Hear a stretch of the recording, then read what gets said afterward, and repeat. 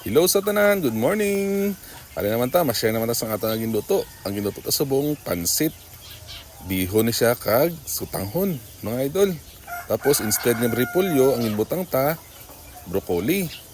Okay, before sina, ma-shout out gali tanay sa mga idol ta nga mga followers dira sa Tupi.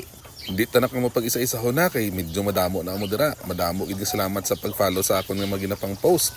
Okay, magisa na ta mga idol. Ay na, magisa na ta sa ato ng karne. Gisa ta sini bawang kag sibuyas lang ha. Tapos mabutang ta na sang tuyo. Takluban ta lang. Tapos kayon hasta nga maubsan. Tapos butangan ta liwat sang tubig. So pabukalon ta to hasta magumok. Habang pabukal ta, i-prepare ta na ni aton nga mga gulay mga idol. Okay? Arin na, nagabukal-bukal na siya.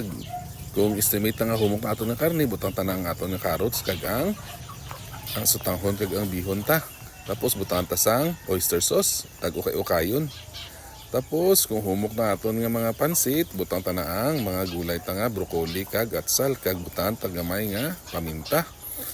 Okay, ang pagluto sining pansit mga idol, ukay-ukayon lang gini siya hasta maluto. Ari na, luto na mga idol.